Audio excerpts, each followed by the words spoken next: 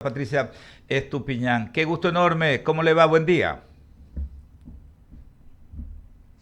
A ver, tenemos alguna dificultad técnica. Cuando estemos eh, totalmente sin dificultades, pues nos avisan, porque si no es imposible poder llevar adelante, pues justamente la entrevista. A ver, doctor, ahí sí la veo. ¿Cómo le Yo va? les escucho todo el tiempo, Sí, sí, yo es les una. escucho. ¿Ustedes me escuchan? Ahí, Ahora sí. ahí perfectamente, doctora. Así que a veces son las dificultades tecnológicas, pero aquí estamos. Qué gusto poderla ver y poder implementar este diálogo con usted. ¿Cómo amanece, ah?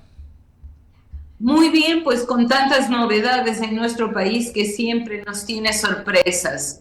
Es Sí. una de sus características. Aquí no hay tiempo para aburrirse, decimos nosotros.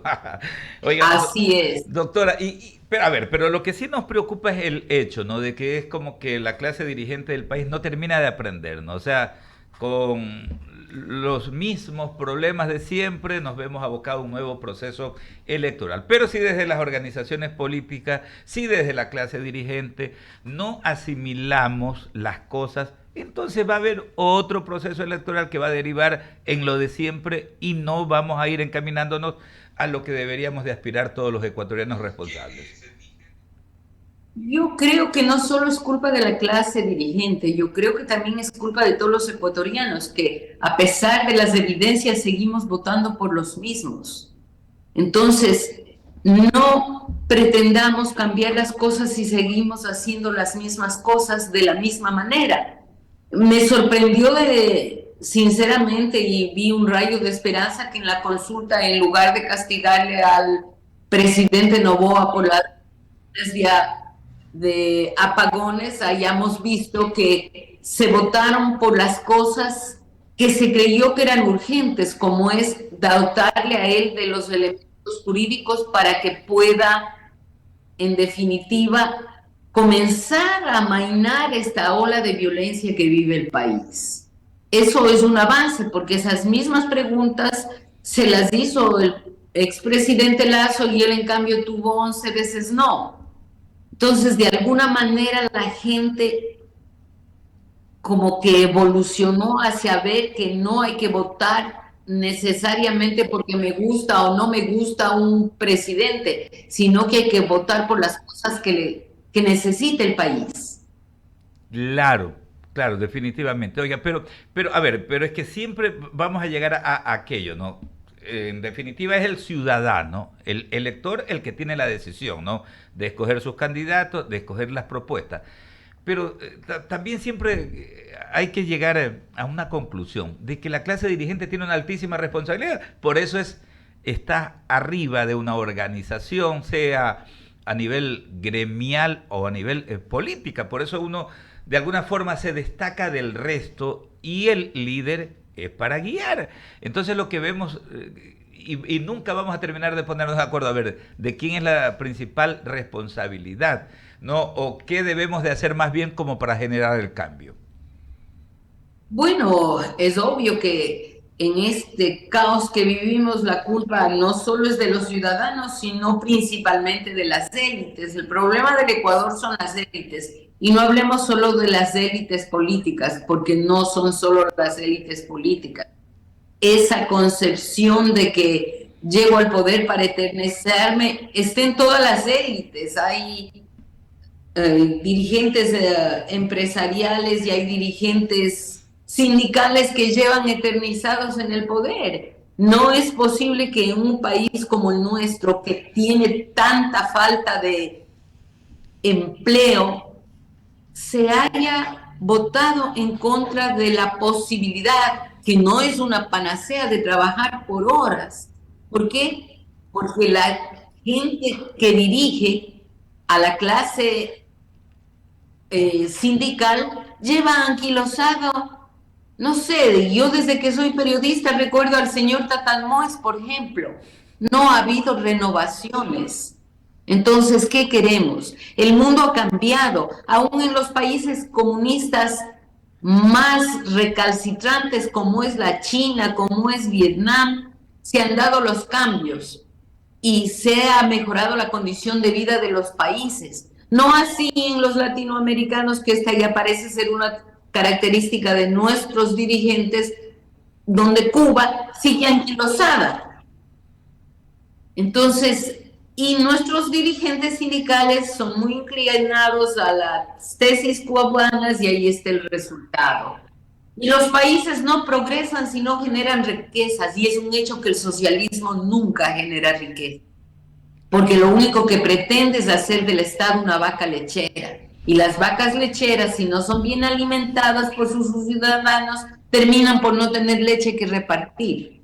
Veamos Claro. que en Cuba hoy, que se tenía hasta unas vacas que iba a exportar al mundo porque eran las más avanzadas genéticamente, está pidiendo leche a Naciones Unidas porque no tiene leche para los infantes. Ese Exactamente, es el resultado del socialismo. ese es el mejor ejemplo. Ahí está una crisis bárbara, no solamente energética, sino que alimentaria. Oiga, le escuchaba Patricia y me acordaba de las tres famosas centrales sindicales, ¿no? CTE, CEDOT y CEOLS acá en el Ecuador, y los dirigentes históricos que ahí permanecen todavía. Y a lo que iba, antes de ir con Verónica, a lo que iba es que precisamente la clase dirigente, ¿no? Ya centrándonos en lo político, a veces toman decisiones tan absurdas, ¿no? Que supuestamente en los proyectos políticos ellos quieren pues llegar al poder, pero en el tiempo van tomando decisiones tan absurdas que cuando ellos, por ejemplo, tengan la posibilidad de llegar al poder, han tomado decisiones en el pasado. Usted anotaba lo de la posibilidad del trabajo por horas, ¿no? Que justamente revitalizaría, primero que permitiría a nuestros chicos, a los más jóvenes, tener esa opción de su primer trabajo, eso dinamizaría la economía, abriría nuevas expectativas, en fin, una serie de situaciones. Pero ellos, con tal de bombardear, de, qué sé yo, pues de erosionar al gobierno de turno, a veces comienzan a impulsar esas medidas que cuando ellos lleguen al poder serían también justamente nocivas para la administración pública. Entonces, eso es lo que no se termina de entender de esta clase dirigente. Así es, y esperemos que la clase sindical no llegue nunca al poder, no porque no merezcan estar en el poder, sino porque su mentalidad es tan retrógrada que sería un retroceso para el país. Pero no solo la clase sindical se anquilosa, también en las otras áreas, en los mismos periodistas, en los dirigentes estudiantiles, en los dirigentes empresariales. Sí. Las élites tenemos que comenzar a movernos con el mundo que es el siglo XXI, donde inclusive muchos tendrán que ser reemplazados por la inteligencia artificial y nosotros estamos pensando en qué prebendas me pueden dar para trabajar. Sí, definitivamente no avanzamos. Verónica Landeta, con otras inquietudes estamos conversando con la doctora Patricia Estupiñán a esta hora de la mañana. Doctora Estupiñán, un buen día. Bueno, yo no voy a analizar Un el día, tema, ¿cómo está? No voy a un analizar gusto. el tema de los sistemas, porque definitivamente aquí en el Ecuador, pues, no hay nada que le calce, porque no hemos cambiado lo de la mentalidad, porque no estamos acorde a lo que nos marca el siglo XXI. Y además tenemos muchos problemas acuciantes que seguimos arrastrando, uno de ellos es el desempleo. Me quiero referir con usted y quiero hacer el análisis definitivamente de estos cuadros que ya comienzan a salir con miras a estas elecciones presidenciales del 2025 y vemos que definitivamente pues ahí hay algunos cuadros o algunas propuestas que se lanzan así como globos de ensayo en donde se quiere mezclar el agua y el aceite. Muchos partidos definitivamente han defendido el tema ideológico, otros definitivamente no, pues han tenido siempre su cauce, pero vemos que en estas elecciones presidenciales, al parecer, y es lo que la opinión pública también lo ve, solo hay una o dos posibilidades. ¿Cómo lo ve usted? Bueno, a la final siempre el país se termina decantando por, digamos, el menos malo. Y ahora, por el que ha estado manejando, digamos así, la agenda política, es el anti a vencer. En este caso viene a ser la Revolución Ciudadana, que primero gobernó más de 10 años con el expresidente Rafael Correa y luego ha estado de finalista en todas las elecciones sin lograr llegar de nuevo al poder. Quizás yo digo principalmente porque es un partido que se ha vuelto como los partidos viejos. Se ha anquilosado en que solo responde a los intereses de un líder. No es un partido, sino un caudillaje político. Lo que tenemos aquí en el Ecuador. Nuestro país, ¿no? Entonces, como no se ha renovado, como no tiene otros cuadros y como solo tiene como objetivo que regrese el presidente Rafael Correa, que ha generado un sentimiento anti de los que no estuvimos de acuerdo con su gobierno y con los resultados catastróficos que siempre se tiende a decir que es porque aquí se le juzgó mal, pero ahora nos ha dado una prueba terrible la Corte de Florida de cómo estuvo corrupto ese sistema con el juicio al Contralor Poli, claro, donde hemos visto que los sobornos eran el pan de cada día y no solo para mejorar las glosas de Odebrecht, sino también de otras empresas. Ok, tenemos a los correístas. Tenemos a los correístas y ¿quiénes más?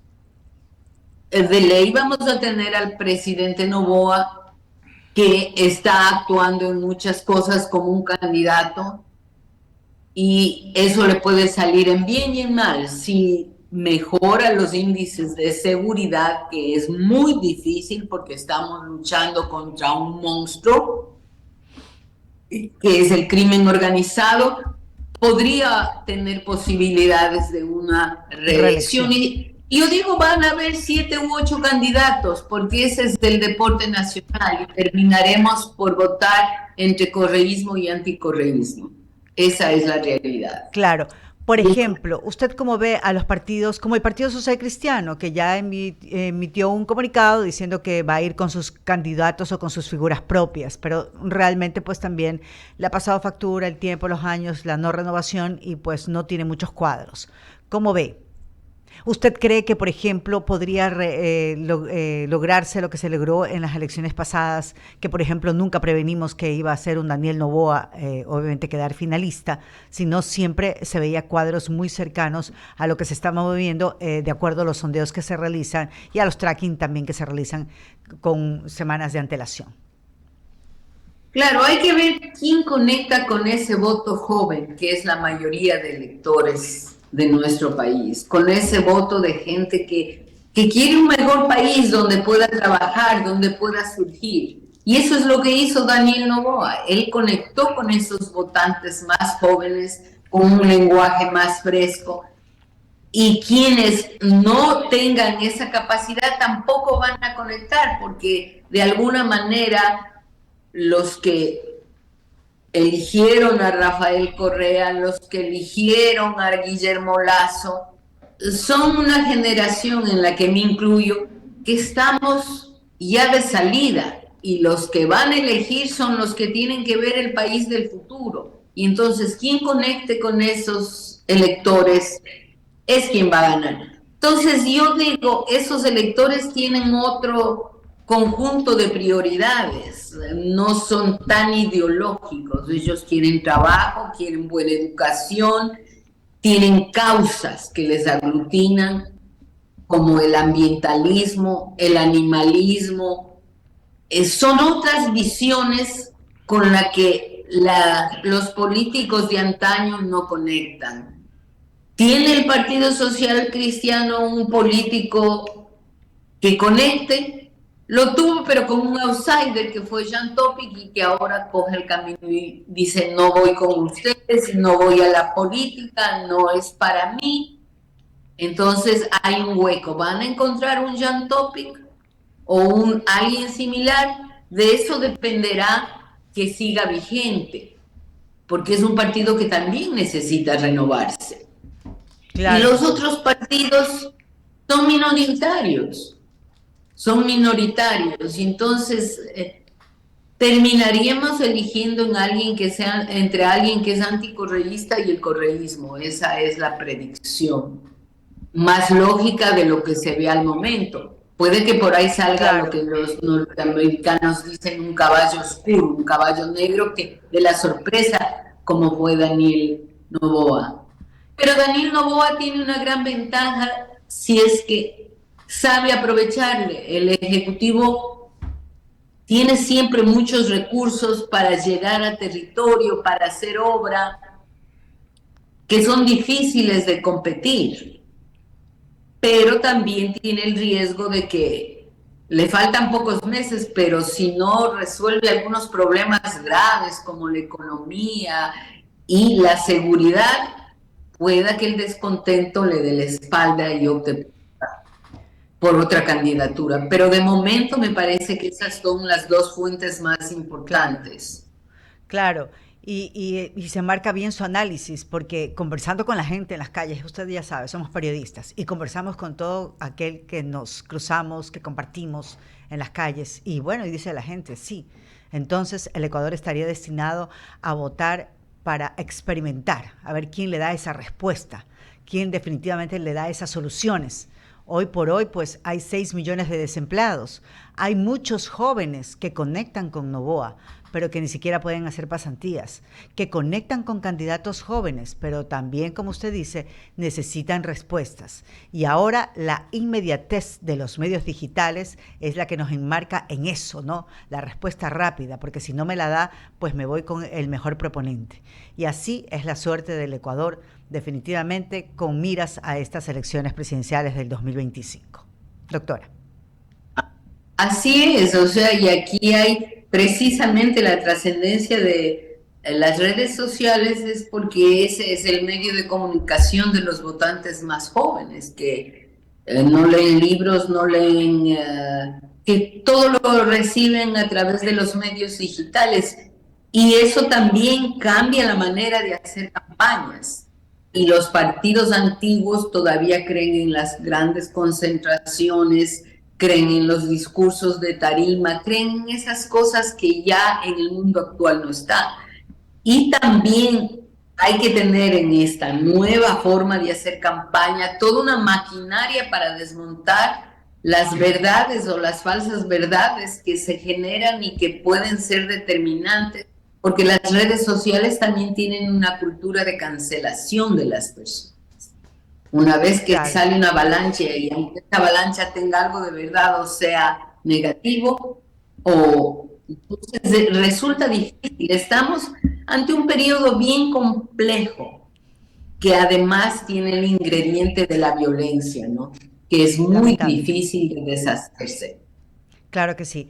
Doctora Estupiñán, de mi parte, mil gracias. Claro, doctora, y solamente para cerrar, ¿no? Algo adicional. Nosotros siempre marcamos aquello, ¿no? De la etapa de 1978 para acá, ¿no? Lo del retorno a la democracia. Y digo 78 porque obviamente pues en enero de ese año pues fuimos a las urnas, o fueron a las urnas en esa época para escoger el tema del texto constitucional, ¿no? No sería ideal tener, ¿no? Porque obviamente no podemos ir contra corriente. Hay cambios en el mundo, cambios en las sociedades, pero tal vez no sería ideal también tener un mix, ¿no? De lo que era el contenido de las propuestas de las organizaciones políticas de aquella época versus estos adelantos, estas tecnologías, estas modas incluso, ¿no? Pero al mismo tiempo teniendo también una sociedad, un ciudadano medio con ese pensamiento más crítico, porque uno de los problemas ahora también es eso, la superficialidad. Usted anotaba muy bien, Patricia, el hecho de que ahora pues apenas se lee, entonces es lo emotivo lo que mueve masas y aquello también termina generando pues daños en las sociedades y ya hablaba usted también de la violencia que no solamente se vive acá en nuestro país, sino a nivel de todo el mundo. O sea, necesitamos, pero intentar una nueva reforma, una nueva constitución es hundirnos en lo de siempre.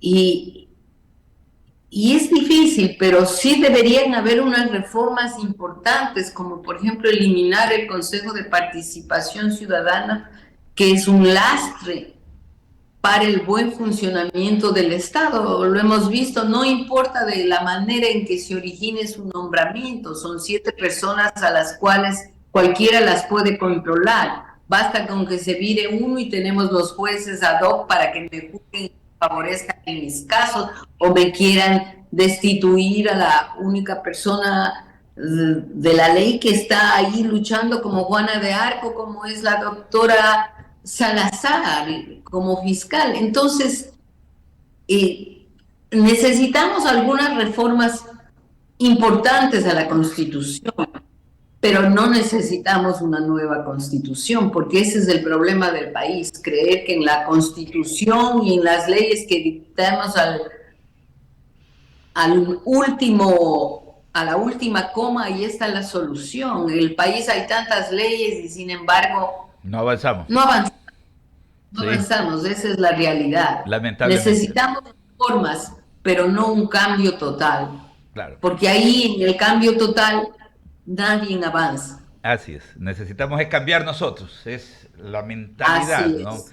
La idiosincrasia de los ecuatorianos. Doctora, enviarle un abrazo, el Muy agradecimiento amable. de siempre. Muchísimas gracias por la invitación, muy amables. Es Muy amable. comunicadora social, periodista, politóloga, editora en jefe, directora general de la revista Vistazo, Patricia Estupiñán, quien nos atendía a esta hora de la mañana. Son las 7 de la mañana con 25 minutos. ¿Alguna novedad rapidita? Recordándole a toda nuestra audiencia, hoy va a haber un dispositivo, ¿no?, en materia de tránsito desde la tarde. Hay este cotejo, este encuentro futbolístico de Barcelona, conductores, taxistas, quienes nos están escuchando a esta hora y tienen